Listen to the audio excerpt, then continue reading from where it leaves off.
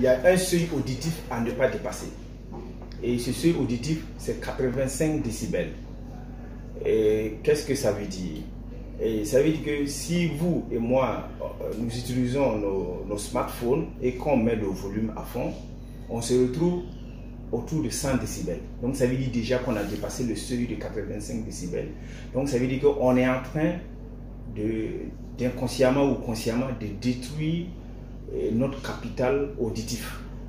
Voilà. Donc les écouteurs avec les smartphones ou bien le fait d'être dans une ambiance sonore de façon prolongée, comme en discothèque ou bien lors des concerts, cette situation peut engendrer des dommages irréversibles de l'appareil auditif pouvant aller jusqu'à la surdité.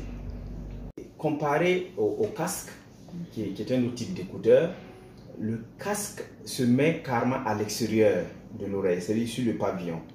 Donc, l'énergie sonore n'est pas concentrée dans le conduit.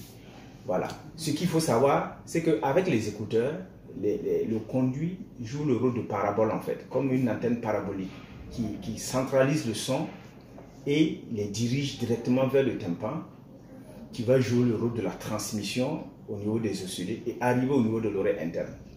Donc si le son est très fort, le mécanisme de défense de l'oreille sera surpassé. Parce que je vous ai dit, après 85 décibels, l'oreille ne peut plus se défendre. Donc à un certain moment, l'oreille est épuisée. Et ce seuil, c'est autour de 80 décibels. Dès 80 décibels, l'oreille commence à souffler. Et on ressent des sifflements. Et dès que les sifflements s'installent, ça montre déjà, c'est des signes qui montrent que l'oreille souffre. Donc il ne faut pas laisser l'oreille souffrir longtemps. Parce que la durée d'exposition est très, très, très importante. Une durée d'exposition au-delà de 80 décibels, une durée d'exposition de 2 heures entraîne des dommages irréversibles. La personne sera à la longue sourde, puisque s'il y a des dommages au niveau des cellules de l'oreille interne qui sont très sensibles au bruit, et comme c'est des cellules neurologiques, il y a un capital donné.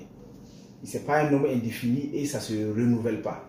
Donc si on perd, c'est fini, on n'en a plus. Donc le capital se réduit, donc l'audition va baisser au fil du temps et la personne aura besoin d'une aide auditive à la